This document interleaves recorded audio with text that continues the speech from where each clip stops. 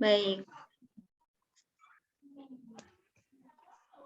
Sudah saya record ya. Oke, saya lanjutkan. Saya sebagai moderator yang akan bersamai webinar pada pagi hari ini.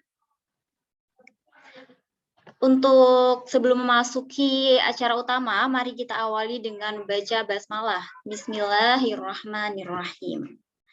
Nah, langsung saja kepada acara inti, yaitu webinar dengan tema Cerdas Kelola Marah, dan sudah hadir pemateri kita, yaitu Ibu Santi Wardaningsih, NSMKEP SP2 PhD. Nah, sebelumnya marah itu apa sih? Marah adalah hal yang wajar terjadi. Nah, hal itu merupakan respon yang terjadi jika reaksi emosi yang wajar apabila mampu diekspresikan dengan perilaku dan cara yang efektif. Ketika rasa marah diekspresikan secara efektif, hal ini memberikan kesempatan bagi individu untuk belajar dan bagaimana menyelesaikan masalah dengan cara yang adaptif. Wah, ada ya marah yang efektif. Nah, langsung saja dijawab dan dijelaskan serta dipaparkan oleh pemateri kita, yaitu Ibu Santi Wardaningsih. Kepada Ibu Santi Wardaningsih, kami persilakan. Ya, terima kasih Mbak Amira. Suara saya terdengar? Terdengar jelas. Ya. Bismillahirrahmanirrahim. Assalamualaikum warahmatullahi wabarakatuh. Selamat pagi Bapak dan Ibu semua. Ya, marilah kita untuk mengawali pagi hari ini, pertemuan belajar bersama kali ini. Kita senantiasa panjatkan puji syukur kehadirat Allah Subhanahu wa taala, Tuhan yang Maha Esa ya, yang memberikan kita banyak sekali kenikmatan, sehingga salah satunya kita berjumpa di forum pagi ini ya melalui seminar. Ya, selawat serta salam marilah kita aturkan pada suri teladan kita Nabi besar Muhammad Shallallahu Alaihi Wasallam. Baik, bagaimana kabar hari ini Bapak dan Ibu semuanya? Sehat? Semangat? Yang berpuasa hari ini kita sudah memasuki periode kedua ya dari Ramadan, dua minggu pertama, 10 minggu pertama ya. Bagi yang tidak berpuasa juga saya ucapkan semoga selalu sehat, selalu bersemangat gitu ya untuk menuntut ilmu dan juga mengisi hari-hari kita, walaupun hari Minggu biasanya hari bersama keluarga, kita tetap bisa ya sambil ada yang ibu-ibu yang mencuci gitu ya, barangkali ya ada saya yang sambil ngomong anaknya, kalau adik-adik mahasiswa sambil mengerjakan tugasnya masing-masing. Nah, kita sudah terbiasa multitasking ya untuk dalam kondisi sekarang ini. Baik, saya akan menyampaikan sesuai dengan topik hari ini tentang mengelola marah secara cerdas ya.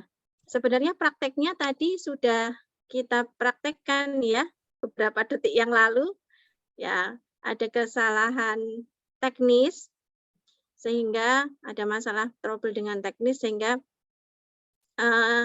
deg-degan juga ya rasanya ya, ini gimana ini nanti kalau nggak bisa balik lagi. Nah, itu salah satu yang setiap harinya kita menghadapi hal tersebut. Ya, setiap harinya kita menghadapi hal tersebut, setiap harinya kita merasakan hal tersebut gitu ya. Dan mungkin bertubi-tubi atau tidak hanya satu hal saja yang kita hadapi, tetapi banyak kejadian-kejadian yang setiap hari yang dimana kita up and down mood kita, perasaan kita itu diuji ya di situ ya. Apalagi kalau yang sedang berpuasa, walaupun yang tidak berpuasa juga diuji juga ya, apalagi yang ditambah yang sedang berpuasa.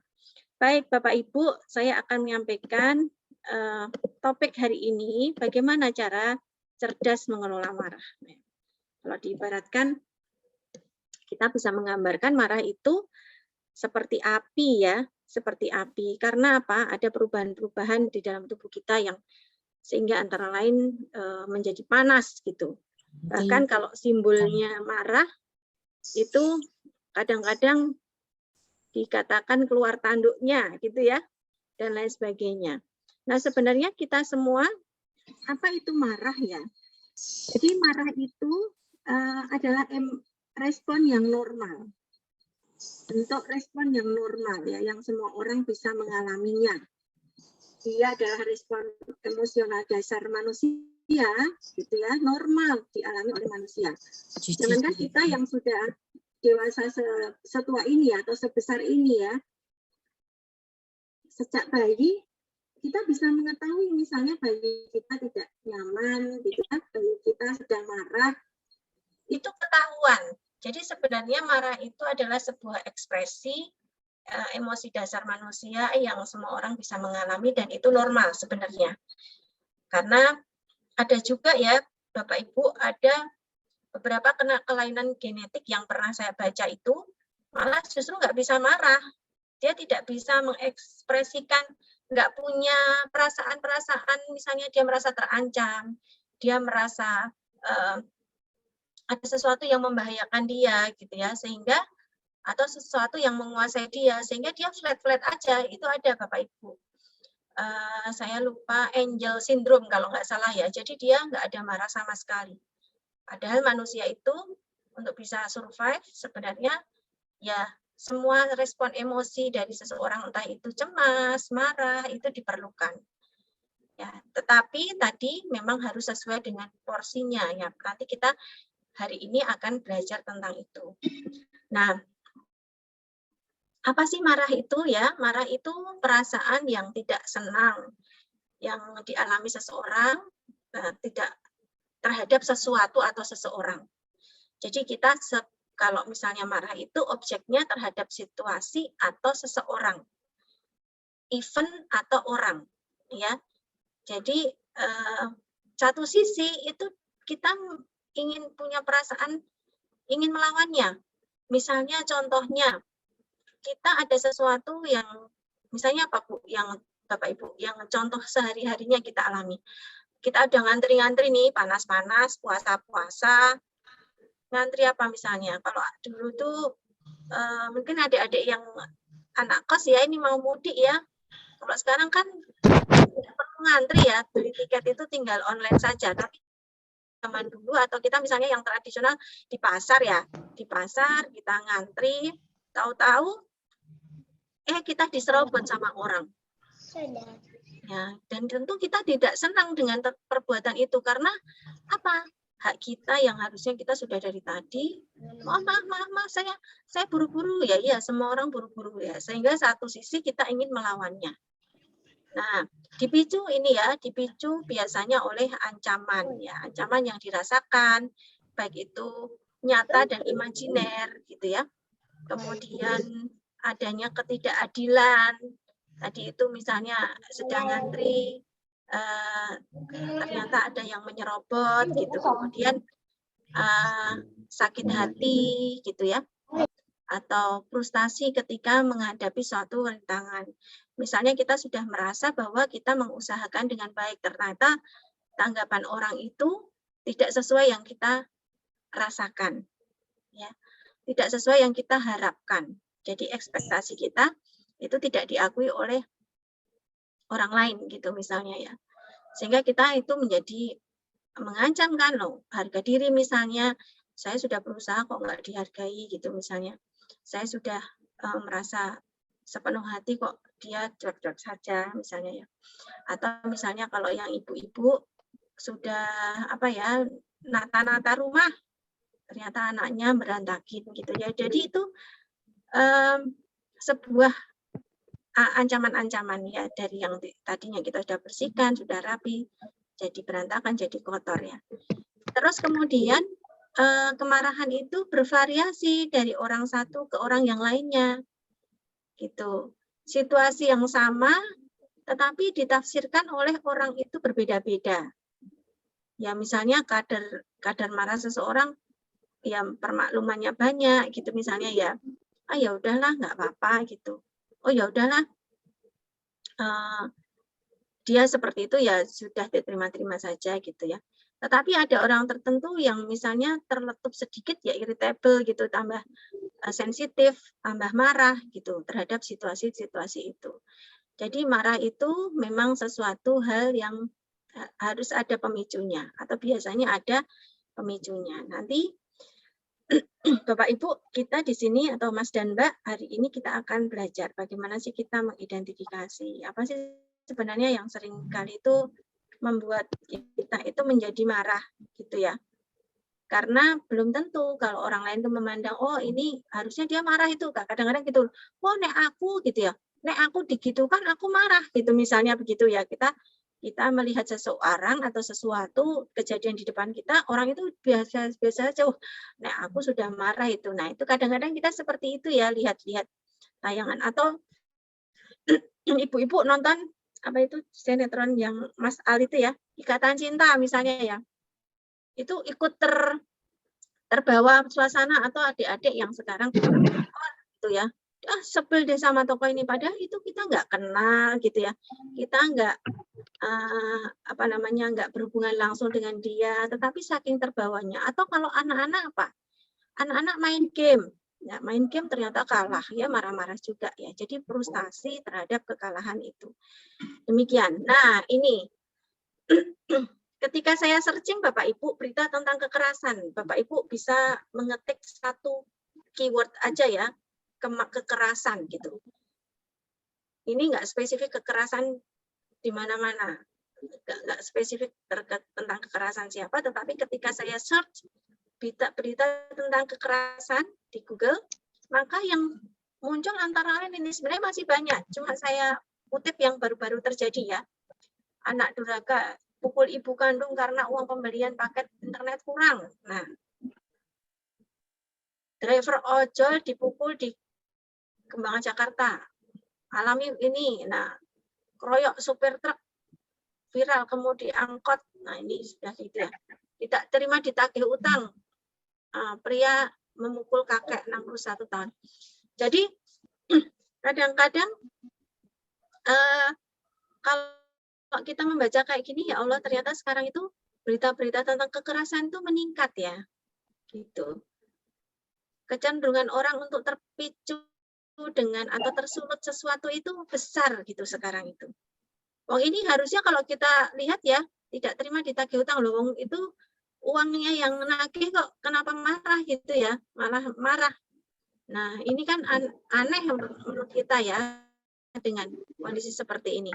Jadi kadang-kadang kemarahan itu tidak beralasan. Atau yang belum lama ini terjadi, misalnya pemukulan, pengeroyokan pada saat demonstrasi yang dilakukan oleh seseorang kepada seorang tokoh gitu ya. Itu kalau melihat ya ampun kok bisa sih dia seperti itu ya. Kita nggak tahu alasannya apa, tetapi ekspresi itu banyak terjadi dan kadang-kadang malah diviralkan, kemudian disebar-sebarkan gitu, sehingga itu salah satu juga yang menyebabkan seseorang itu menjadi oh yang kayak gitu tuh biasa ya ternyata ya gitu ya. Jadi menjadi pembiasa. Nah, kemudian Bapak Ibu tadi kok marah itu normal, tetapi kok tadi ada yang sampai berlebihan tadi itu. Nah, itu kita harus membedakan Bapak Ibu bahwa kemarahan itu adalah sebuah perasaan, tetapi kalau sampai memukul atau mengata-ngatai atau misalnya berbuat sesuatu yang akhirnya bersifat amok gitu ya, itu namanya agresif. Mohon maaf Mbak Amira, bisa di-mute Mbak Amira? Ya, bisa di-mute, ada yang biar jelas ini. Nah, terima kasih. Ya, jadi kita harus melihat ya perbedaan. Kalau yang kita tadi apa namanya search tadi itu merupakan agresivitas. Ya, sudah mengarah ke agresivitas. Mungkin orang itu nggak rela ditagih, tetapi kenapa mukul gitu ya. Jadi kita harus mengetahui antara kemarahan, sekali lagi itu berhubungan dengan perasaan, emosional, agresif itu perilakunya atau actingnya ya, act-nya ya, tindakannya ya, aksi. Nah, kita harus membedakan. Nah, agresif itu adalah cara yang salah ya, yang negatif. di mana individu itu mengekspresikan kemarahannya, gitu. Kemudian agresif bisa berupa macam-macam yang biasanya menyebabkan kerusakan, gitu. Tindakan agresivitas itu bisa menyebabkan kerusakan. Kata-kata akan merusak perasaan seseorang, akan mempengaruhi psikologis orang. Jadi itu kata-kata juga bisa merusak gitu. Misalnya kita dikatain misalnya sebagai seorang binatang padahal kita manusia ya, itu juga sebenarnya juga kata-kata yang bisa menyinggung perasaan dan melukai seseorang, merusak hati seseorang, istilahnya begitu. Kemudian bisa juga berupa pukulan. Ya, kerusakan itu bisa berupa pukulan sehingga mengakibatkan luka-luka dan lain sebagainya ya. Kemudian juga yang menggunakan senjata. Yang tujuannya sebenarnya adalah untuk membalas dia ketidakterimaan.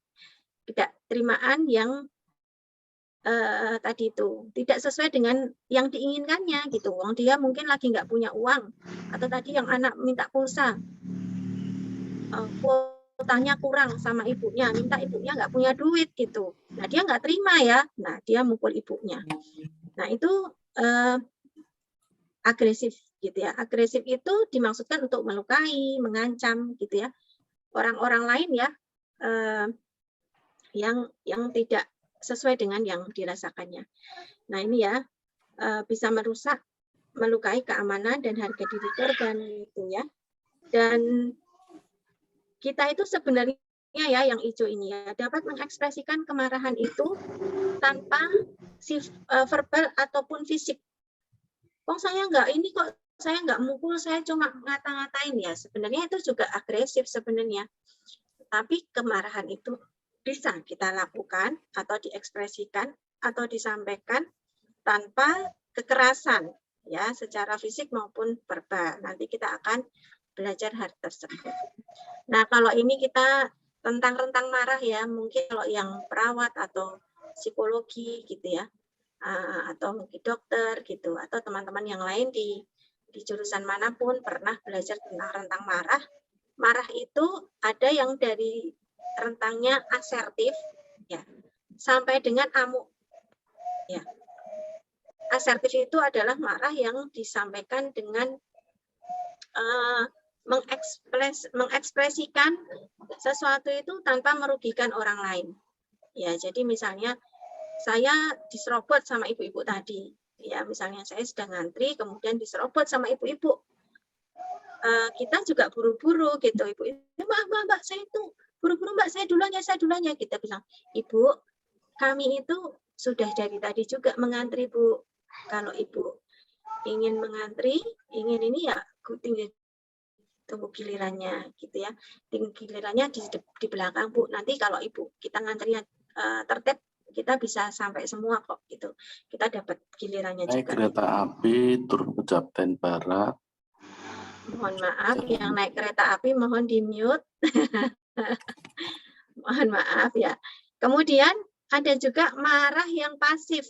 Ya, marah yang pasif itu adalah kalau kita marah diam saja gitu. Nah, apakah ini benar? Apakah ini tepat? Ya, tergantung kondisinya ya.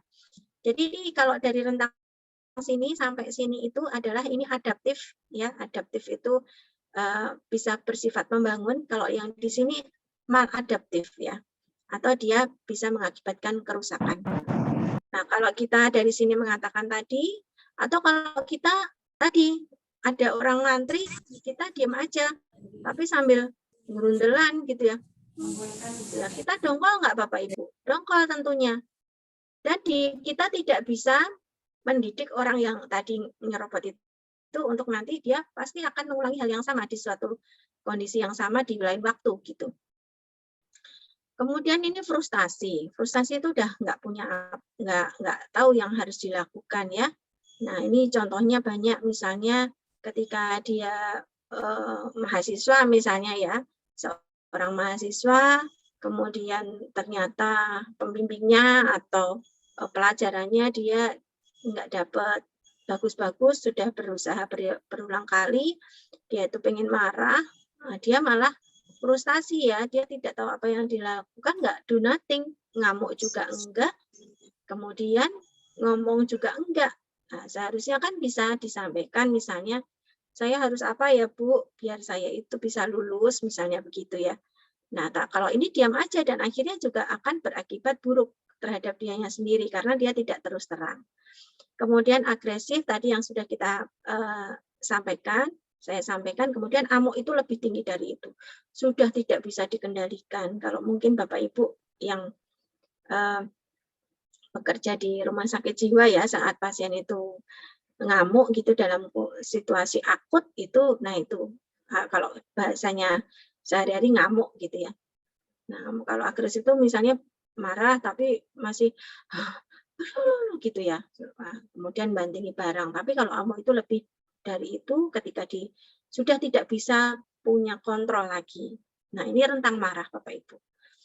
Nah, kemudian kita akan ini ya, coba Bapak Ibu tulis di chat masing-masing.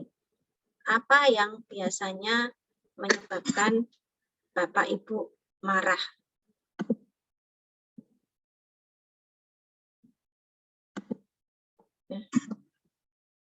Ada, bisa? Di room chat bisa disebutkan, dituliskan. Chat, coba dituliskan di room chat apa yang biasanya membuat kita marah. Bisa diketik di chat. Nih, tidak sesuai ekspektasi ya Bu Lulu, terima kasih. Apalagi ada yang punya usul lagi.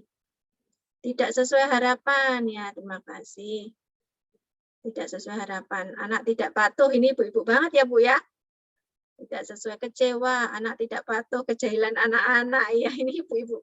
Ibu-ibu rata-rata demikian ya, kecewa. Ya, betul. Ya, oke. Tidak pandai bersyukur ya, ya. Bisa juga ya Pak Akbar ya. Boleh Bu, remaja boleh ikut, monggo silakan Pak Septian ya. Tidak merasa tidak dihargai ya. Bagus sekali ya, bagus-bagus ini pendapatnya. Jadi sebenarnya kita itu sudah bisa mengidentifikasikan apa yang biasanya membuat kita itu menjadi marah. Supaya apa kita ini? Ini kalau kita sudah tahu bagaimana apa yang bisa membuat kita tidak marah, membuat kita marah, itu nanti kita bisa mengantisipasi terhadap diri sendiri. Baik, kita lanjutkan. Terima kasih pendapatnya. Tadi ada yang jawab lagi macam-macam ya. Tuduhan tidak terbukti ya, kita difitnah ya Pak ya. Nah, oke. Pemicunya itu hal yang mungkin berbeda ya, antara misalnya Pak Septian dengan Pak Yoga, Bu Nasyatul itu beda-beda yang memicunya. Ada yang kemudian bisa juga situasinya juga berbeda. Kalau kita misalnya ibu-ibu anak-anaknya memberantaki rumah pada saat sebelum kita bereskan, ya sudah sisan wae gitu ya. Jadi kita nggak marah, sama-sama tindakannya, sama-sama situasinya. Memberantaki mainan gitu, nggak dirapikan gitu. Tetapi berbeda halnya kita sudah capek-capek, apalagi ini bulan puasa gitu ya, energinya kurang gitu. Kita udah capek-capek, baru kita laya-laya, anaknya berantakin. Nah, itu jadi marah. Jadi, situasi-situasi ini saling berhubungan. Bisa juga misalnya, kondisinya sama, gitu. Tetapi yang mengalami adalah orang-orang yang berbeda, gitu ya. Kita lagi moodnya baik, kalau misalnya kita habis gajian ya Bapak Ibu ya, itu anaknya mau minta apa aja gitu, pasti ya gitu ya, kita nggak marah gitu. Tetapi ketika kita lagi tanggal tua gitu, lagi banyak butuhnya, anaknya minta macam-macam. Nah itu membuat kita menjadi terpicu marahnya. Nah jadi memang pemicunya bisa macam-macam. Nah ini ada beberapa yang dilakukan survei oleh sebuah foundation gitu ya, survei penelitian ya, marah disebabkan oleh kondisi apa saja. Nah ini Bapak dan Ibu bisa mengidentifikasi, tadi sudah ada beberapa yang ada di chat gitu ya. Kondisinya itu marah disebabkan oleh kondisi orang atau situasi tertentu. Kalau kita misalnya sudah suka Bapak Ibu sudah bersahabat dengan seseorang, orang itu berbuat kesalahan, mungkin kita ya nggak enak ya, mau marah gitu ya, mau ya udahlah kita maklumi, kita udah tahu gitu. Tetapi orang yang tidak kita pernah tahu gitu, ujuk-ujuk atau tiba-tiba dia berbuat sesuatu yang kita nggak suka gitu, nah itu mungkin menimbulkan kita marah. Nah, jadi tergantung orangnya dan situasi tadi sudah saya sampaikan ya, gitu ya, itu juga menyebabkan marah. Kemudian penghinaan tadi termasuk yang Pak Ketut kalau nggak salah ya sampaikan itu tuduhan tidak terbukti, jadi difitnah dan lain sebagainya. Kemudian stres, kekhawatiran, tadi juga disebutkan misalnya tidak sesuai dengan harapan gitu ya, kekecewaan, kekesalan gitu. Terus ketakutan, frustasi, membenci kondisi, bahkan mungkin kalau teman-teman yang belajar tentang proses berduka ya, itu di sana misalnya ada stage-nya atau tahapannya anger gitu. Anger itu bisa marah terhadap siapapun ya, habis dari bargaining kan anger ya, habis dari denial ke anger ya. Misalnya kok Tuhan begini, kok Allah itu nggak adil gitu ya, misalnya semacam itu ya. Jadi hal-hal semacam itu juga membuat kita marah, padahal ya objeknya nggak di depan kita gitu, tetapi kita marah dengan situasi, marah terhadap dokternya, marah terhadap orang perawatnya dan lain sebagainya ya misalnya. Ya oke. Kemudian malu. Nah, malu itu juga merupakan marah ya, bisa menyebabkan marah ya Bapak Ibu. Misalnya kita lagi bicara menyampaikan di depan forum. Nah, mungkin ini pernah ada yang mengalaminya di depan forum, kita itu dipermalukan gitu ya. Misalnya kita belum ngomong terus kemudian orang lain itu mengacu ke kita, menjurus ke kita. Kita malu sebenarnya. Sebenarnya bukan yang dikatakan mungkin benar, tetapi malunya itu karena diketawain oleh banyak orang atau membuat orang itu jadi tidak orang tersebut menurunkan harga diri kita gitu ya. Nah, ini juga bisa menyebabkan. Kemudian memiliki harta benda yang diambil atau rusak, itu ya diambil kembali oleh Tuhan misalnya ya. Kemudian kecemburuan, digoda, dibicarakan. Nah, ini hati-hati untuk yang punya putra, kalau putranya jatuh ya jangan diketawain gitu atau disyukur-syukurin atau sudah dibilangin sih gitu. Sebenarnya itu menimbulkan marah loh Bapak Ibu. Nah, atau anak-anak kita mengalami kegagalan gitu dalam studinya gitu ya. Nah, itu juga dia sendiri sebenarnya sudah marah gitu terhadap dirinya, mungkin ditambah kita bisa menjadi marah. Kemudian kesedihan, ya rendah diri tadi, harga diri rendah. Kemudian kehidupan di dalam rumah seperti yang sekarang itu mungkin 2 tahun ini kita alami ya, kan bosen ya di rumah terus gitu, kondisinya seperti ini. Nah, ketidakpastian dan lain sebagainya. Ya, ini bisa kita identifikasi hal mana sih yang saya itu pertama kali yang kalau misalnya ibaratnya apa ya, misalnya kalau memiliki harta benda diambil, hilang dompetnya gitu ya, itu buat saya misalnya nggak begitu marah, tetapi kalau dipermalukan di depan orang itu baru marah. Nah, itu kita sendiri bisa mengidentifikasi hal-hal ini. Biasanya kita apa yang membuat, perlunya apa sih Bapak Ibu. Nah, kita perlu tahu pemicu, nah supaya kita bisa mengetahui situasi ini, sehingga kita nanti bisa mungkin coba untuk menghindari ketika memungkinkan. Ketika kita nggak cocok dengan seseorang ya di dalam suatu organisasi atau apa, karena orang itu selama ini banyak tidak sesuai lah tindak tanduknya, sehingga perlu kita caranya ya mungkin bisa menghindari kalau yang seperti itu, kalau yang memungkinkan menghindari. Misalnya, oh ya kalau nanti kita kerja dengan dia ya mungkin dia nggak usah dikasih kerja yang posisi-posisi penting gitu atau posisi-posisi urgen gitu, sehingga dia mungkin dikasih posisi-posisi yang tidak terlalu strategis gitu ya, sehingga kita tidak menimbulkan kemarahan, mungkin tidak buat Anda sendiri tapi juga banyak orang. Kemudian kita perlu tahu juga apa sih yang memicu kita adalah supaya kita bisa mempelajari cara menghadapinya. Jadi misalnya sebelum anak kita itu memberantaki gitu ya, kita sebel nih ibu-ibu habis nyuci, habis ngepel, habis nata-nata, ternyata anak kita berantakin lagi gitu misalnya ya. Nah itu kita jadi punya antisipasi bagaimana caranya supaya nanti ketika kita habis bersih-bersih nih, anak kita itu nggak berantakin. Nah mungkin bisa dikasih pengalihan apa, atau bisa dibawa dulu kemana, atau bisa kita kasih tahu, adik ini caranya kalau bunda, kalau ibu, kalau mama sudah menata ini, adik kalau main jangan bilang diberesi, karena anak TK kemudian toddler itu atau anak-anak prasekolah balita itu belum tahu membereskan itu definisi apa sih membereskan, karena mereka masih bersifat abstrak ya Bapak Ibu. Jadi misalnya kita sambil menyampaikan bahwa dikembalikan ke tempatnya gitu, misalnya dimasukkan gini lagi, atau mungkin dibeda-bedakan, nanti kalau yang mainan boneka di sini, mainan balok di sini gitu,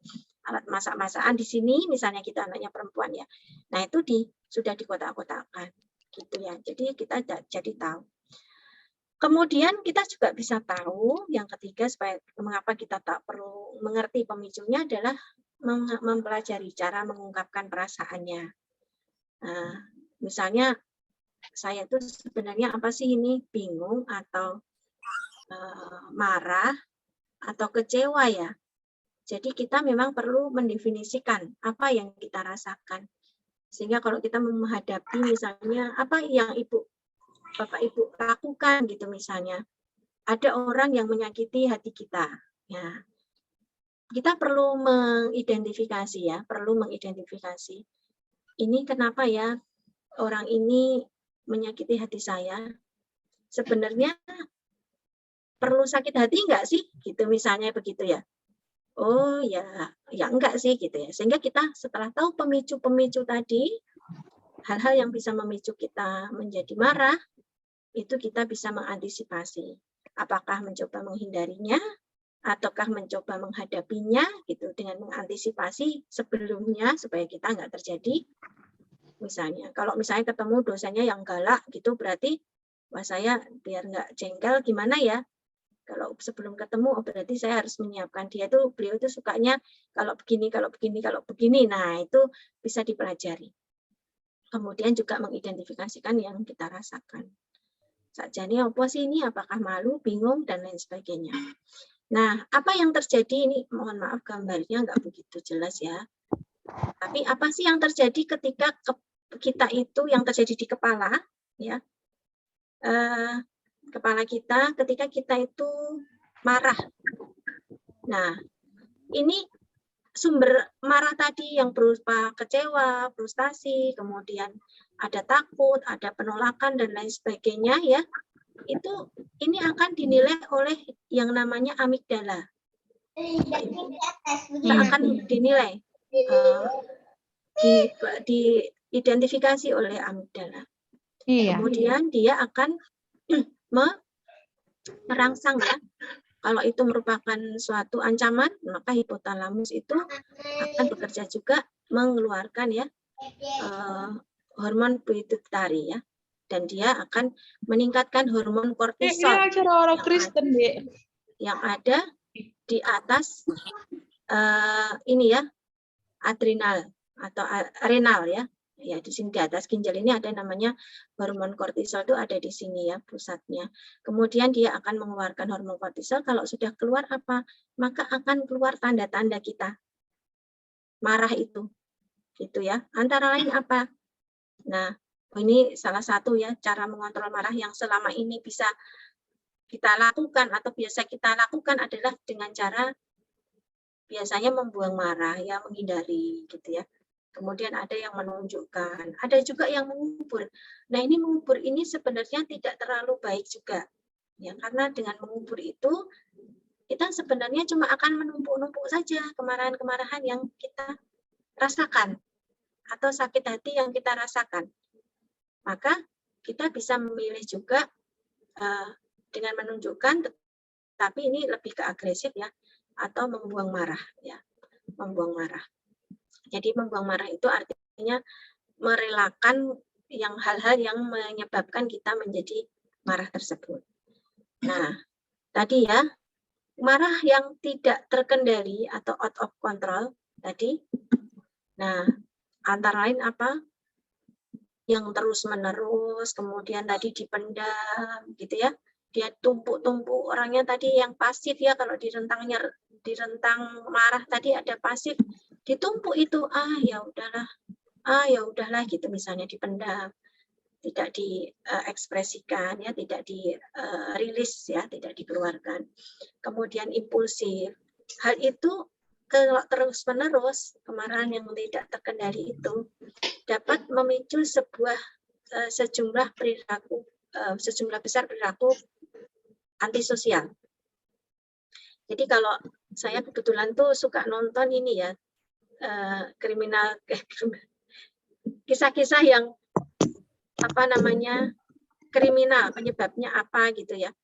Nah, ternyata misalnya dia memiliki riwayat masa kecil, misalnya menutup tidak suka dengan tindakan orang tuanya, atau tidak menyukai atau marah pada situasi-situasi tertentu gitu ya, sehingga hal tersebut dipendam terus-menerus, nggak kelihatan kalau dia itu marah gitu, tetapi ternyata itu bisa memicu ya, dia jadi memendam perasaan itu, sehingga orang-orang psikopat gitu ya, atau kepribadian perilaku antisosial itu sering terlihat ya setelah itu menumpuk lama-lama. Atau demikian juga kalau impulsif, ya impulsif itu bisa memicu konsekuensi negatif. Seperti misalnya, memang belum ada penelitian, harusnya ada penelitian, kelitih itu sebenarnya disebabkan oleh apa sih gitu ya. Apakah dia ada kan nggak semua orang mau bergabung dengan kayak gitu lihat tinju aja misalnya takut kok bergabung dengan kelitih gitu misalnya, ya kan nggak mungkin. Jadi orang-orang yang tergabung di dalam kelompok itu adalah memang orang-orang yang memang punya kemarahan dalam tanda kutip ya, yang tersimpan di dalam dirinya. Walaupun belum kita ketahui sebab pastinya ya, tetapi memungkinkan itu, misalnya orang-orang yang anak-anak yang tidak mendapatkan perhatian di rumah misalnya ya, dan lain-lainnya. Kemudian hal tersebut kalau impulsif itu konsekuensi negatif ya, bisa kita dipenjara gitu ya, bisa kita itu mendapatkan stigma di masyarakat gitu, sudah dicap begini dan begitu, preman dan lain sebagainya, orang itu pemarah dan lain-lain.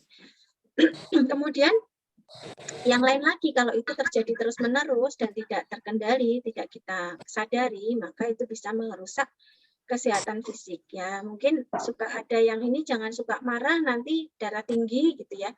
Nah, itu sebenarnya juga salah satu sebab ya, yang tadi apa yang terjadi di dalam kepala, kemudian dia akan meningkatkan hormon kortisol sehingga denyut jantung akan sering meningkat, kerja-kerja pembuluh darah juga akan bekerja ekstra gitu dan lain-lainnya ya. Nah, maka itu bisa merusak kesehatan fisik ya. Nah, yang perlu kita ketahui Bapak Ibu dan Mas dan Mbak semuanya, bahwa kita tidak bisa selalu mengontrol situasi yang kita hadapi, atau tidak bisa mengontrol perasaan orang lain dan perasaan kita, tetapi kita bisa mengontrol bagaimana kita bisa mengekspresikan kemarahan kita,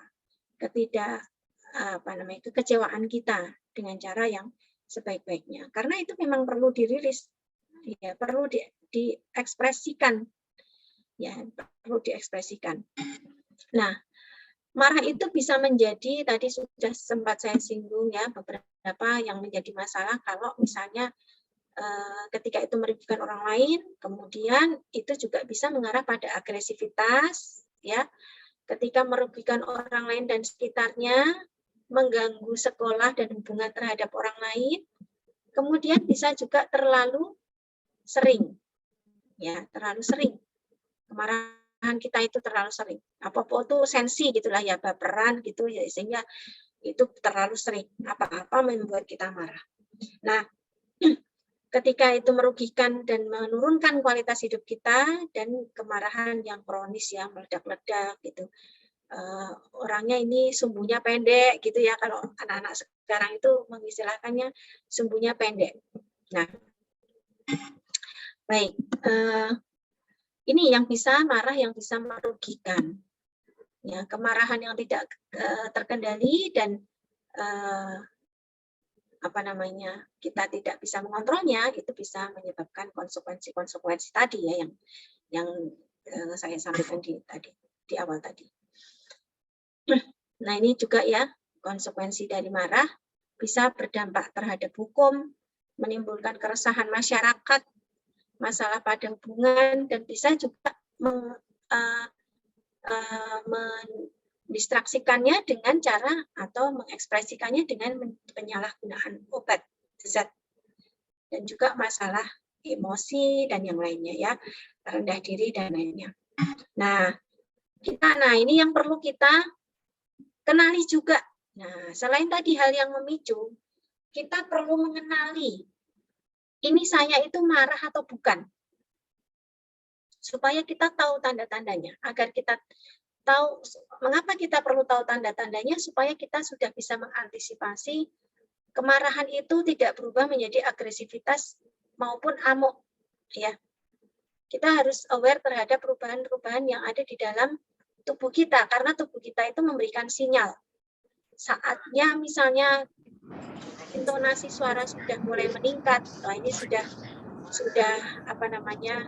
tuanya sudah muncul gitu ya. Nah, kemudian kalau yang putih gitu ya, orangnya putih gitu, atau orangnya yang kulitnya terang gitu, itu kelihatan. Nggak terang pun juga kelihatan, mukanya memerah. Kemudian di sini rahang-rahangnya ya, rahang-rahangnya tuh sudah nahan-nahan gini ya. Terus juga nyesek gitu ya di sini ya. Di sini tuh kayak ada sesuatu yang mengganjel ya, di dalam leher gitu atau dalam dada.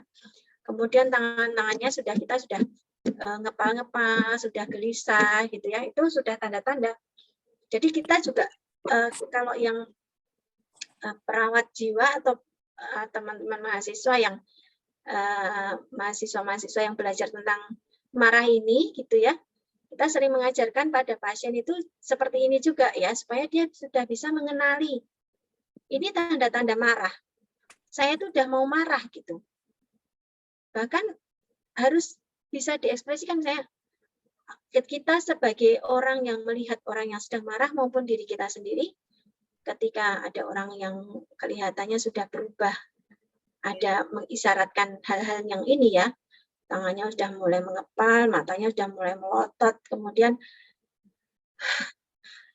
sudah gitu ya, sudah jatuh berdebar-debar gitu ya, maka ini adalah sebuah sinyal yang kita sendiri, yang ketika kita mengalami tanda-tanda mana yang sering kita rasakan, maka orang lain pun kita bisa menilai.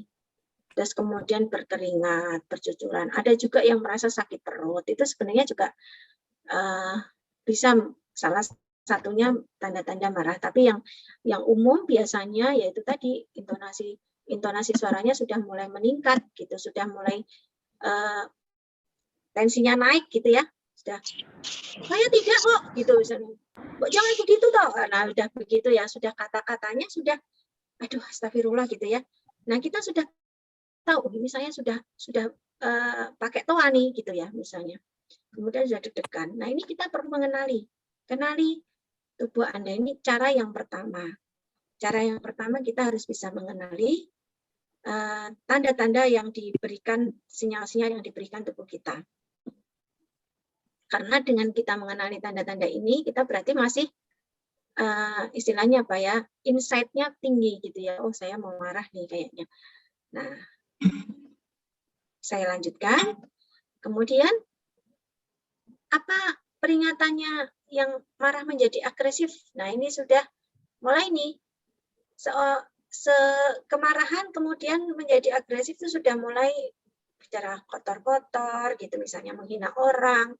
Kemudian kalau kita melihat rekamannya yang kemarin pas demo itu ya, sudah mulai keluar kata-kata, sudah mulai tunjuk-tunjukan, nah itu sudah mulai agresif itu ya.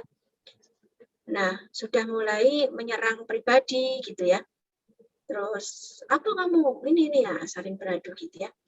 Menatap, kemudian kelihatan terengah-engah gitu. Itu sudah tanda-tanda bahwa marah itu hari ini menjadi peringatan bahwa marah itu akan segera menjadi agresif. Kemudian sudah mulai lempar-lempar barang atau menggebrak meja kalau yang lagi rapat gitu ya. Kita sering saksikan kalau di film maupun kehidupan sehari-hari udah orangnya menggebrak meja, kemudian wajahnya berubah menjadi matanya melotot dan lain sebagainya. Bahkan ada juga yang menangis gitu ya, kalau orang-orang yang tidak bisa melakukan yang lain-lain ini udah mulai menangis ini gitu. Tipenya adalah orang yang tidak agresif terhadap sesuatu yang di sampingnya, tapi dia menangis. Tadi mungkin frustasi ya, kalau yang di dalam rentangnya tadi dia sudah mulai menangis. Nah, ini kita perlu melihat juga di sekitar kita. Nah ini selanjutnya adalah inti dari Zoom kita ini adalah bagaimana sih mengelola marah. Bukan berarti kita tidak boleh marah ya, kita dilarang marah ya. Kalau di dalam salah satu hadis itu la taqdhab walakal jannah gitu ya. Itu kalau menurut tafsirnya ternyata bukan berarti kita tidak boleh marah, tetapi hal-hal yang memicu marah tadi kita tidak bisa mengendalikan, maka kalau kita bisa mengendalikan maka bagimu surga ya. Jadi di sini adalah kita memang berkewajiban ketika kita tahu bahwa ada sesuatu yang tidak kita sukai atau menyinggung perasaan kita gitu ya, dan tidak membuat kita berkenan, maka itu adalah kita harus melakukan pengelolaan marah dengan baik. Caranya adalah bagaimana? Caranya adalah stay cool ya, tetap tenang. Caranya bagaimana supaya tetap tenang? Caranya kita bisa pergi dari tempat itu yang menyebabkan marah. Kemudian kalau kita sudah mulai deg-degan, hitung 1 sampai dengan 10 ya, punya time out. Kita juga boleh kok misalnya marah, kita sebentar kita mengungkapkan bahwa kita marah misalnya dengan saya benar-benar nggak suka ini kalau seperti ini gitu misalnya. Kemudian setelah itu kita ambil nafas dalam-dalam, nafas efektif ya, nafas dalam. Kemudian kita juga bisa menggunakan self talk atau berbicara dengan diri sendiri gitu ya. Santai-san, rapopo-san gitu ya. Enggak apa-apa. Bisa dengan bahasanya masing-masing lah, yang bagaimana kita bisa menenangkan diri sendiri dengan cara self talk, ngomong dengan diri kita sendiri bahwa apa yang terjadi ini kamu bisa tenang. Gitu ya. Kita masih bisa tenang dengan kondisi seperti ini. Atau mungkin kenapa sih saya marah? Udahlah, ini ya gitu misalnya ya. Kenapa saya harus marah?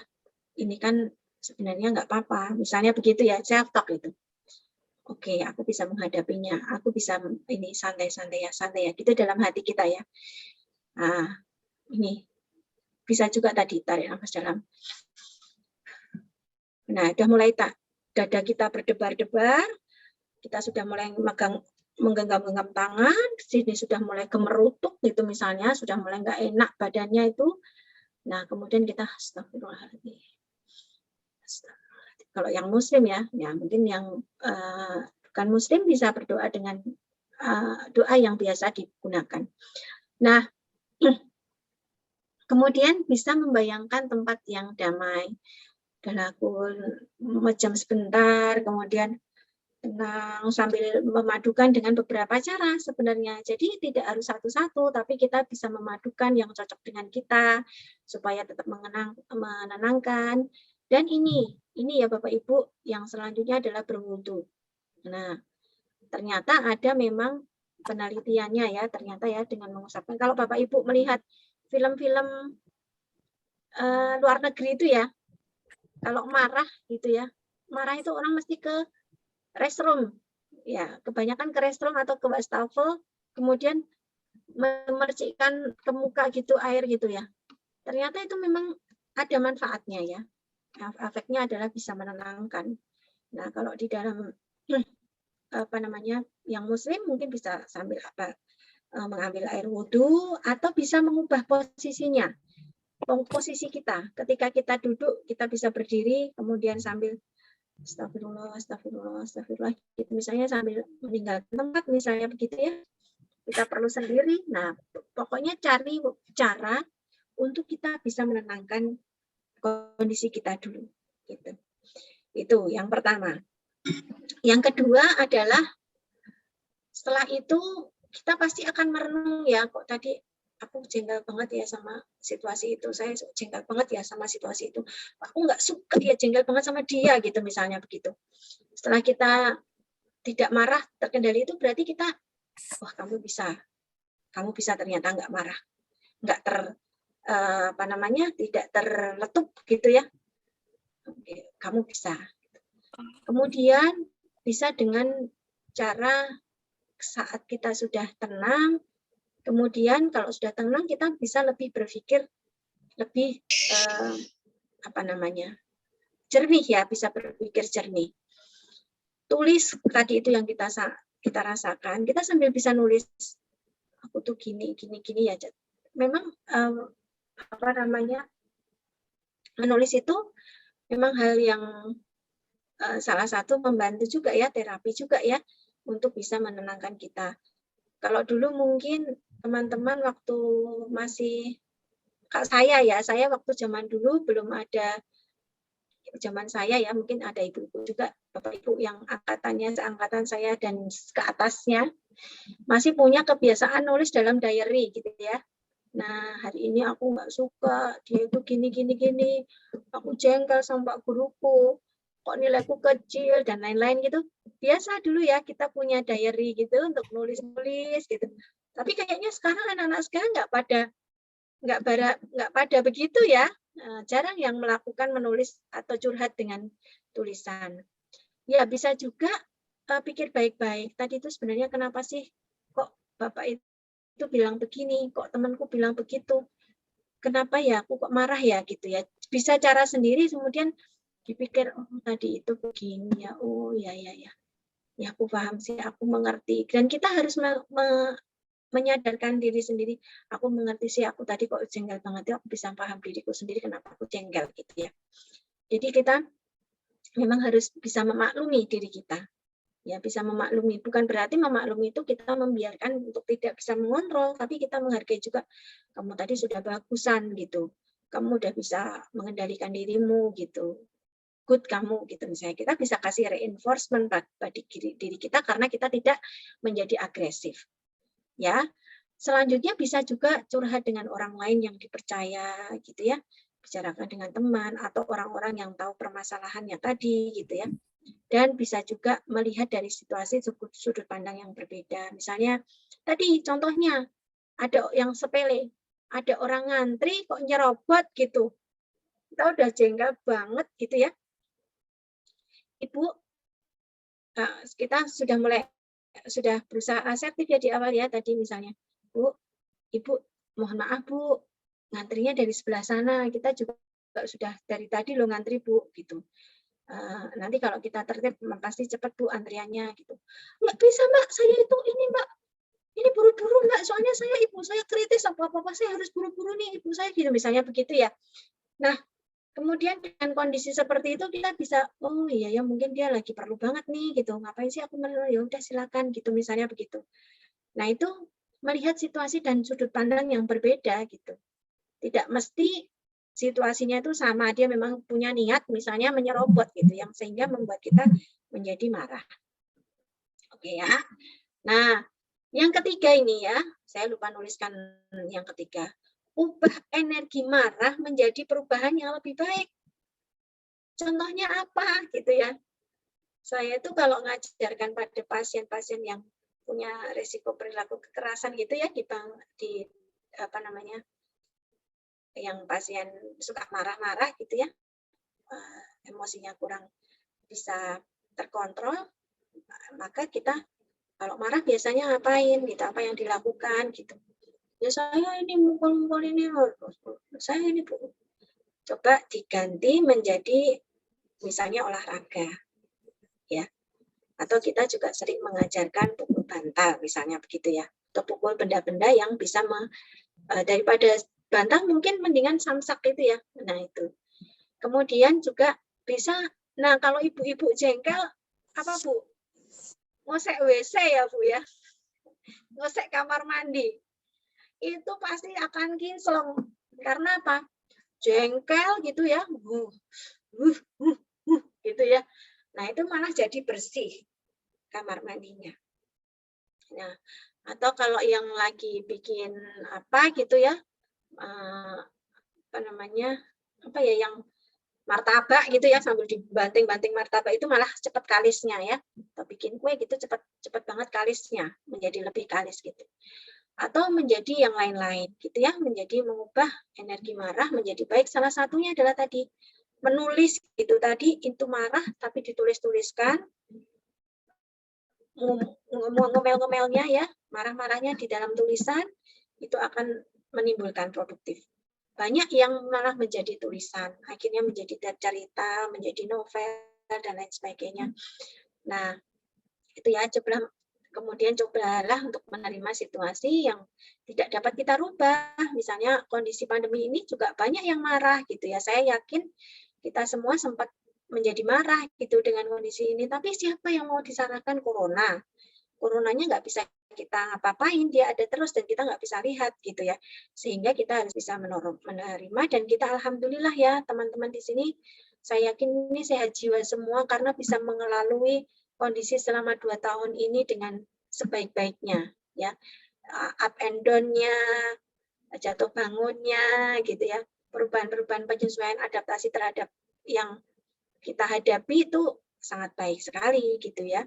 Nah, ini juga harus diapresiasi, kita sendiri juga ada, kamu hebat deh gitu ya. Kita hargai diri kita. Kamu hebat ya, kamu kuat ya. Ternyata kita bisa ya menghadapi ini. Nah, seperti itu ya. Nah, dan jangan biarkan amarah itu mengendalikan kita ya, tapi yang kita yang mengendalikan. Nah, ini latihannya adalah ya tadi itu lawan perilakunya, kalau bisa ya sambil terus ini bulan puasa ya banyak-banyak istighfar gitu ya, semoga Allah mengampuni yang lalu-lalu gitu, menjadikan kita menjadi lebih sabar gitu ya. Oh ya, dan kalau kita menghadapi orang yang sedang marah, jangan sekali-sekali bilang sabar ya. Kalau lagi marah-marahnya ya, tenang, sabar. Awes, tadi wala misalnya kayak gitu ya. Justru itu akan nambah sabar. Atau ditanyain, piye nopo gitu misalnya begitu ya. Tetapi ketika ada orang yang sedang marah dan lain sebagainya, kita berada di situ. Oke, kamu kalau mau marah, kamu mau teriak-teriak di tempat ini saja, gitu misalnya. Kamu dalam kondisi yang aman, saya bersedia menemani kamu, gitu misalnya begitu ya. Jadi atau kita langsung perintahkan, coba tarik nafas sekarang.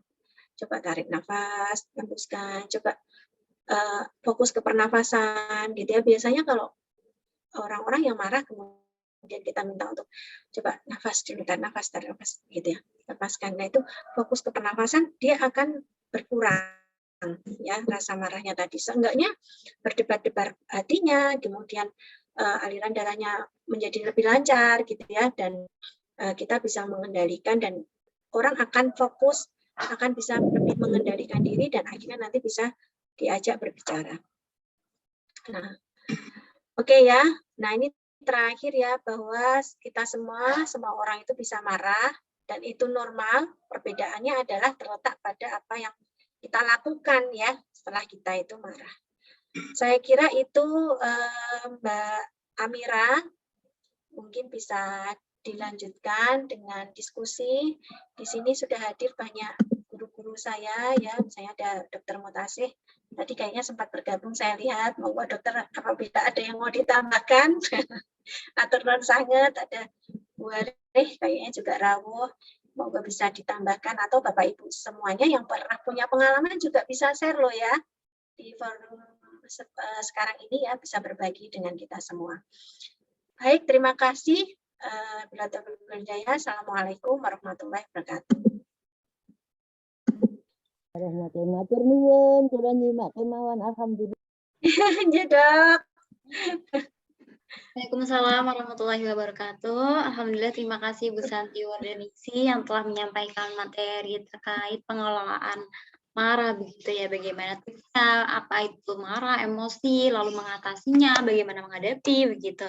Nah, langsung saja untuk seluruh peserta, Bapak-bapak, Ibu atau teman-teman sekalian yang ingin bertanya langsung mungkin bisa menyalakan mikrofonnya begitu. Oke, ada yang raise hand atas nama Rostini, ya, Ibu Rostini ya mungkin. Iya, selamat langsung siang. menyampaikan, ya silahkan. Selamat siang Ibu.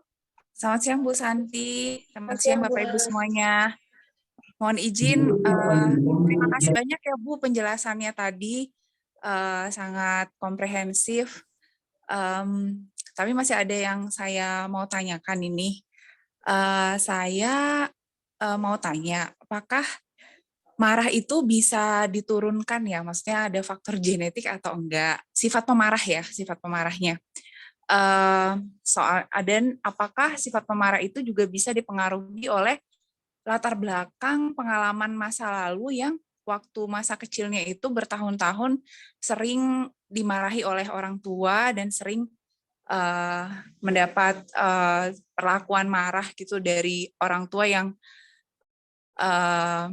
ya marahnya itu sering banget kayak gitu kan. Nah terus, dan itu saya alami sendiri gitu. Sekarang saya sejak saya punya anak gitu ya, saya sering sekali marah gitu. Dulu waktu saya zaman kuliah gitu, belum punya anak gitu, kayaknya bisa marah tapi bisa dikendalikan. Cuma sekarang itu saya rasa dengan semakin anak makin gede, udah bisa ngebantah, udah bisa berdebat, itu jadi kayak gimana ya? Kalau saya masih tenang-tenang gitu ya, saya bisa ladenin gitu ya. Dia bantah apa, saya kasih penjelasannya gini-gini.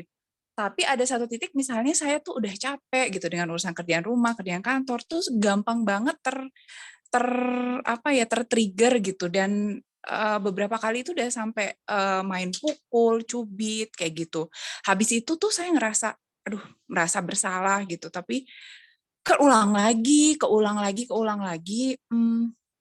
Dan sekarang ini saya rasa kayak makin intensnya makin agak membahayakan gitu karena sudah agresif gitu ya. Sekitar 3 minggu yang lalu, kalau tidak salah saya pergi ke service center laptop. Di situ service center itu saya membawa laptop saya, bukan laptop saya sih, laptop anak saya yang dipakai untuk WF jarak jauh itu ya, itu ada masalah. Kemudian iya maaf kalau agak detail sedikit ya. Jadi laptop itu saya udah bilang sama suami saya untuk di backup dulu, dipindahin karena nanti ada resiko untuk bakal dihapus datanya semua gitu kan. Nah, oleh suami saya, ya udah nanti tak pindahin gitu. Nah, saya pikir dia pindahin ke ini, udah pindahin ke kayak eksternal hard disk dia atau apa gitu. Ternyata enggak, cuma kayak digeser di partisinya gitu. Begitu saya sampai di customer service, dibilang, "Ibu, ini sudah di backup belum datanya, kan nanti akan terhapus semua." Terus saya bilang, kata suami saya enggak, udah ditanganin gitu. Terus dia bilang, "Oh ini nggak bisa Bu, nanti pasti resikonya pasti akan dihapus." Akhirnya saya kasih ke suami saya untuk bicara sama CS itu. Di situ saya udah mulai marah gitu, karena saya kecewa karena saya udah tahu kan tadinya udah persiapan, ternyata sama suami saya nggak dilakukan seperti itu, dia cuma kayak diiniin gitu kan. Terus saya jadi debat gitu, dan akhirnya saya marah. Dan tiba-tiba saya gebrak meja. Habis saya gebrak tuh 1 detik kemudian saya kayak saya gebrak meja ya gitu. Saya tuh kayak, kok saya gebrak meja gitu, kok saya marah banget gitu. Akhirnya saya, maksudnya saya pikir saya tuh cuma marah verbal aja, ternyata saya gebrak meja dan habis itu saya, waduh kok saya jadi gini ya, kok saya marah di tempat publik gitu. Nah, habis itu tuh saya tuh kayak, waduh ini kayaknya udah ini ya, apa ya, saya mau bertanya, ini saya udah gangguan marah nggak sih sampai di tahap ini gitu ya. Terus yang kedua, memang sudah banyak ya Bu ya teori-teori tentang cara mengatasi marah gitu kan, untuk tarik nafas, hitung sampai 10. Tapi pada kenyataannya pada saat kita berada di situasi itu, real berada, itu nggak kepikiran gitu kayak gitu. Iya. Nah itu gimana gitu? Apakah ada hal-hal lain yang bisa kita lakukan pada saat kita sebelum marah yang ibaratnya sifatnya preventif, yang kalau itu kan on the spot ya pada saat kejadian, yang untuk bisa menurunkan kadarnya, ibaratnya semacam obat lah gitu untuk ngurangin, kayak misalnya orang darah tinggi gitu kan ada obat yang diminum tiap hari.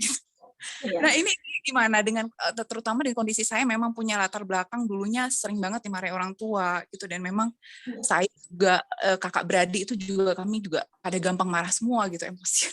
Iya. Baik. Dan sampai suami saya bilang, karena suami saya itu dari keluarganya itu nggak kenal marah gitu, mereka itu tidak emosional gitu, mereka keluarga besarnya. Sampai suami saya bilang, saya tuh jadi udah terpengaruh kamu gitu loh, karena kamu tuh sering marah-marah. Gitu Bu, mohon maaf kalau panjang ya Bu, terima kasih banyak. Baik, terima kasih Bu Rustini sudah berbagi ya sama kita semua nih. Tidak mudah juga untuk bisa menyampaikan ke banyak orang ya tentang kondisi yang ini. Boleh langsung saya jawab ya Mbak Amira ya, karena Bu Rustini pertanyaannya lumayan banyak dan ada beberapa pertanyaan yang di chat yang mirip-mirip juga gitu dengan yang disampaikan Bu Rustini. Lebih ke, kalau Bu Rustini lebih ke pengalaman pribadi ya Ibu. Terima kasih banyak Ibu. Ya, jadi yang pertama adalah ada faktor predisposisi ya Bu, bagi seseorang itu tentang ya untuk mengekspresikan emosinya ya. Faktor predisposisinya tadi antara lain yang Ibu sampaikan memang dari cara pola asuh, kemudian juga bisa misalnya Bu kondisi biologis gitu ya. Biologis itu misalnya seseorang itu pernah mengalami cedera di masa lalu ya, cedera kepala atau penyakit-penyakit tertentu sehingga mempengaruhi fungsi dari otak gitu ya, yang di pusat tadi, pusat pengendalian marah tadi.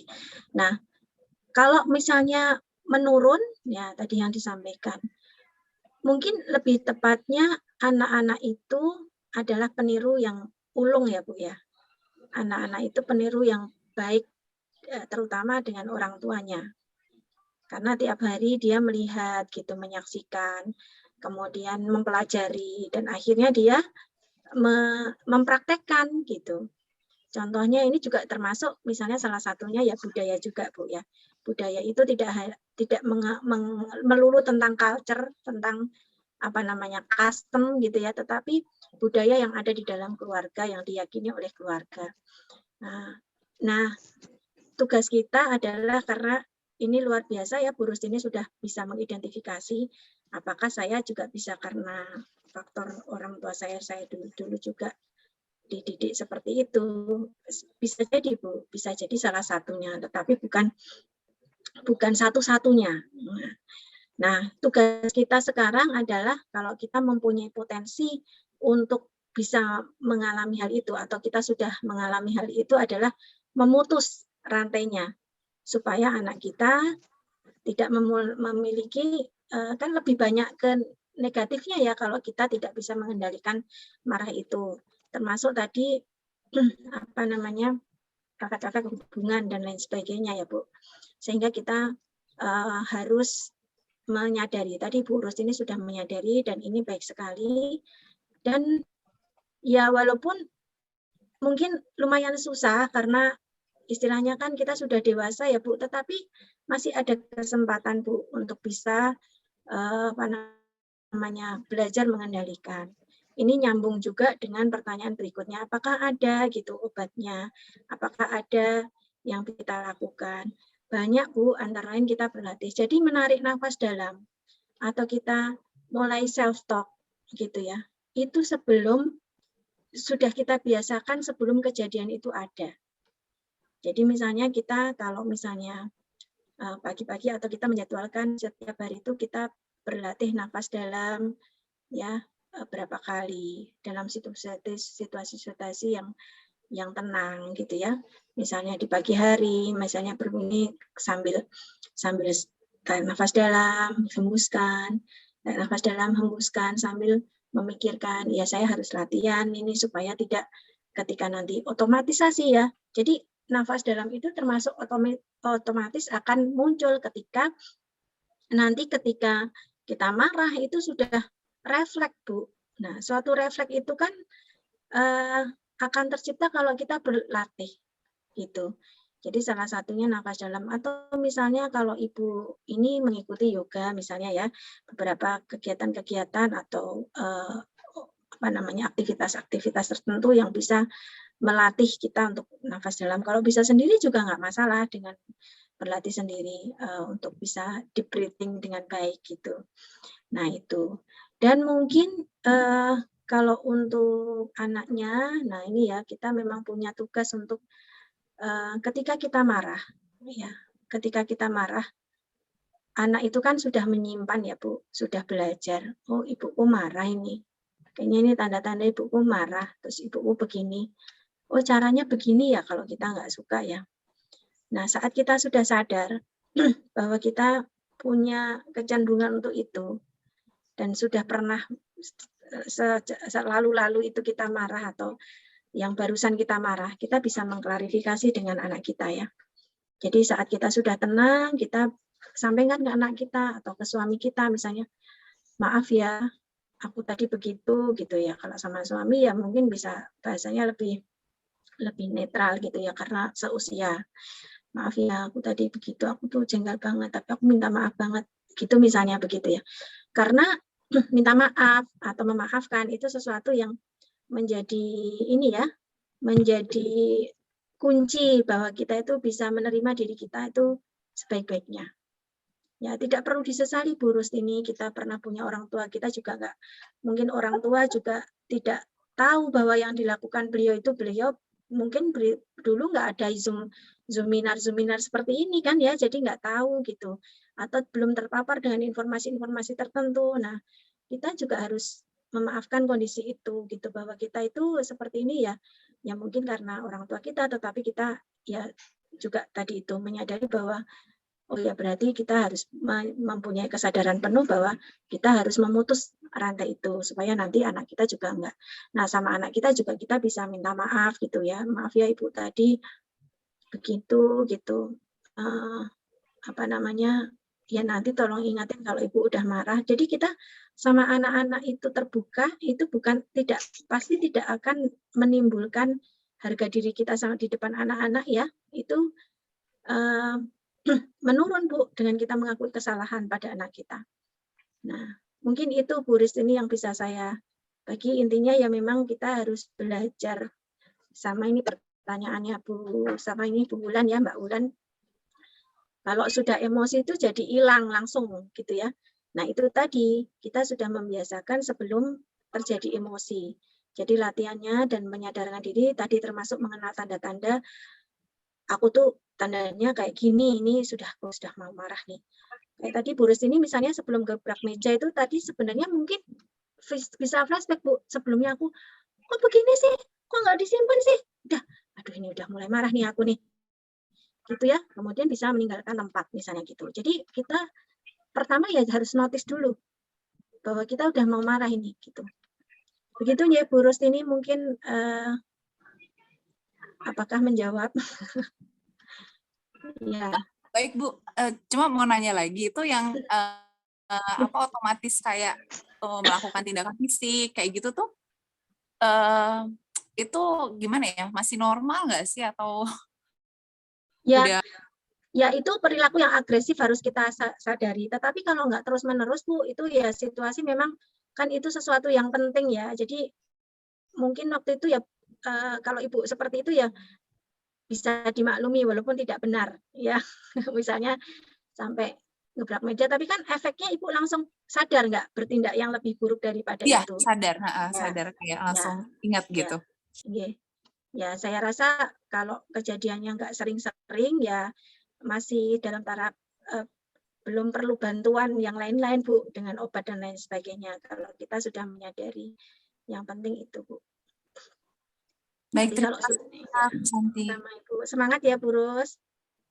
Iya. Ini. Baik, untuk pertanyaan pertama dari Ibu Rorsini, terima kasih dan sudah dijawab. Dan tadi sudah ada beberapa pertanyaan juga di dalam room chat yang cukup banyak dan rupanya tadi sudah beberapa dijawab begitu. Mungkin untuk pertanyaan langsung bisa 1 atau 2 penanya lagi ya Ibu Santi ya? Boleh, ini ada yang apa nih? Atau mau yang bagaimana teman ya? Bagaimana sikap kita ketika marah di depan lingkungan, terutama pimpinan, apakah sikap diam itu termasuk sikap yang asertif gitu ya? ya Itu baik. ada pertanyaan dari Pak Samsul ini. Leres Bu. Iya, Pak. Kalau itu mungkin lebih tepatnya bisa menempatkan situasi ya. Kan nggak mungkin kalau misalnya kita di depan pimpinan, apalagi sedang rapat gitu, kemudian Pak saya nggak suka dengan yang disampaikan Bapak gitu misalnya gitu ya, atau langsung protes gitu ya. Nah itu lebih lebih ke menahan kondisi. Nah kita mungkin bisa ketika ada yang nggak sesuai, nanti di lain waktu ketika suasananya sedang santai atau di lain kesempatan gitu bisa sharing-sharing Pak, tidak langsung ke fokus masalah yang kita nggak suka ya. Misalnya sambil membicarakan hal yang lain, kita memberikan wacana, itu kan otomatis orang itu akan mikir, oh berarti dia nggak suka terhadap ini gitu ya. Nah, kan kalau beda lagi kalau dengan teman Pak, mungkin nanti ini kita bisa memanfaatkan situasi Lebaran ya. Karena kalau Lebaran itu kan ya nggak tahu kenapa situasinya itu memungkinkan untuk orang itu saling bermaaf-maafan ya. Nah itu bisa saling akhirnya asertif Pak. Sorry ya aku tenan nih gitu misalnya, beneran nih aku mau ngomong nih, tapi karena ini Lebaran ya kamu jangan marah ya, itu misalnya gitu ya. Tak jujur karo kowe ya, misalnya berdua atau apa, kemudian disampaikan. Sakjane ini kayak ngene-ngene gitu ya. Sebenarnya tuh kemarin tuh begini, dan saya merasa tersinggung tapi sudah saya maafkan. Gitu misalnya begitu Pak. Saya biasanya dengan teman-teman yang sudah agak kenal gitu, yang agak akrab itu saya pasti akan cari situasi yang lain, kemudian kita punya sesi untuk curhat-curhatan gitu, sehingga jadi plong setelah itu gitu ya. Mungkin begitu ya Pak. Terima kasih Bu. Ini yang sulit Ya, biasanya itu yang sulit biasanya yang meminta maafnya Bu. Iya, ini sebenarnya Pak Samsul tuh udah tahu nih perawat di saya kira itu nggih. Kemudian mungkin 1 pertanyaan lagi boleh dijawab oleh Ibu Santi di dalam room chat. Oh, yang Bu Susila Ningsih ya? Apakah marah selama tidak diekspresikan, misalnya pada staf yang tidak baik diekspresikan? Selamanya tidak. Justru Bu, kalau itu untuk meningkatkan kualitas, kalau kita nggak sesuai, kemudian kita menyampaikan, itu untuk kebaikan dia juga, Bu. Jadi mesti harus disampaikan juga, apalagi kalau terhadap staf, teman kita sendiri, atau mungkin bawahan kita bisa sampaikan, tetapi tentu dengan asertif, dengan cara yang baik, dan situasinya misalnya tidak di tempat umum, karena ada juga yang tidak suka ditegur di tempat umum, gitu. Misalnya sambil ini, kemudian dipanggil, kemudian kita diskusi bahwa ini kamu kena, tanya dulu pertama, apa alasan dia tidak menyelesaikan tugas dan tidak disiplin. Karena ternyata kadang-kadang ada hal-hal yang tidak diketahui kita, keseharian orang tersebut. Saya tuh pernah dulu marah sama teman saya ya Bapak Ibu, waktu zaman sudah lama sekali kuliah. Dia itu kalau datang itu telat terus ya, telat terus. Terus saya jengkel dengan dia. Saya sampai jutek gitu sama dia ya, sampai ketus gitu ya sama dia. Kemudian saya tanya, sebenarnya kamu kenapa sih kok sering telat? Aku tuh harus ngerawat dulu orang tua kalau pagi gitu. Akhirnya saya juga paham. Terus kira-kira kamu komitmennya apa supaya kamu ya nggak telat terus, kasihan teman-temannya, misalnya begitu ya. Jadi memang harus dibicarakan dan dicari permasalahan, Bu. Kadang-kadang alasan orang itu untuk berbuat salah atau tidak disiplin gitu ya, atau tidak menyelesaikan tugas dengan baik itu ada sesuatu yang tidak kita ketahui. Nah, itu yang harus kita sebagai pimpinan misalnya ya, sebagai Ibu siapa tadi asmanya pun? Bu Susi ya. Bu Susi tidak sebagai pimpinan, malah justru itu perannya dari Ibu untuk bisa memberikan masukan ke dia kan supaya dia lebih baik lagi. Siapa tahu nanti pimpinannya lebih galak daripada Ibu gitu ya. Kalau sama Ibu aman karena nggak dimarahi gitu. Tetapi sama pimpinan yang lain mungkin malah kalau dia nggak berubah dan dia tidak tahu. Oh ini Dokter Susi ya. Dokter Susinas ternyata yang tanya ya. Ya gitu Dok. Jadi mungkin memang harus ditegur, itu peran dari supervisi ya Dok ya. Supaya dia lebih baik lagi gitu. Dan untuk kepentingan bersama kok sebenarnya, bukan kepentingan dari pimpinan itu, ya. Saya kira itu. Ngaten Dok. Sudah lama tidak ketemu sama Bu Susi nih. Kangen sama Mbak Santi. Iya. Matur nuwun saudaraku. Baik. Alhamdulillah sudah 3 penanya dan beberapa tadi sudah termasuk dijawab oleh Ibu Santi. Dan alhamdulillah karena keterbatasan waktu kita akhiri, tapi sebelumnya di dalam room chat sudah ada link untuk presensi yang kemudian untuk keperluan sertifikat. Untuk seluruh peserta silakan mengisi link tersebut untuk pendataan sertifikat. Begitu, silakan untuk mengkliknya dan mengisi dengan datanya. Baik, terima kasih untuk Ibu Santi atas materi yang diberikan dan seluruh partisipasi para peserta pada webinar kali ini dalam tema cerdas kelola amarah. Semoga bermanfaat dan dapat kita aplikasikan dalam kehidupan sehari-hari dan menjadi pribadi yang lebih baik. Begitu, saya akhiri dengan hamdalah, alhamdulillahirrahmanirrahim. Terima kasih semua. Terima kasih atas kehadiran semuanya Bapak Ibu. Ditunggu untuk pekan depan. Ada acara lain. Matur nuwun Mbak Amira. Ibu Ya. Bapak, ada banyak mahasiswa ini. Ya, matur nuwun Bu Yani. Ada siapa lagi ya? Saya absen ini. Iya, Pak Akbar, makasih. Ada teman-teman juga nih. Terima kasih Bu Santi. Ya, ada Bu Ceril ya. Makasih. Santi ada loh Mbak Santi, Dokter Ida Ratu Gunung Kidul. Ibu artis dari Gunung Kidul, Bu. Ya, seleb calon camat ini. Matur nuwun Bu Ida. Bu Santi mau camat yo. Oh, Bupati deng ya. Nanggung ya, Bu. Terus nanti Bu Yani. Mohon izin nih teman-teman, nyuwun materinya diizinkan. Oh ya. Oh iya ya, baik-baik. Saya share di room chat ya. Oh nggih, matur suwun. Lupa saya share ya. Matur nuwun Bu Santi, saya habis ini mau ngecek WC. Bu Fitri cocok itu kayaknya sama Bu Fitri. Apik, sip. Thank you ya. Nyuwun materinya ya, Bu. Siap. Di anu WA we. makasih. Nanti aku jam berapa? Didhawuhi jam berapa? 3:30, Ibu. Oh iya. Di jalan ya itu ya, saya pas ngemol. Oh iya.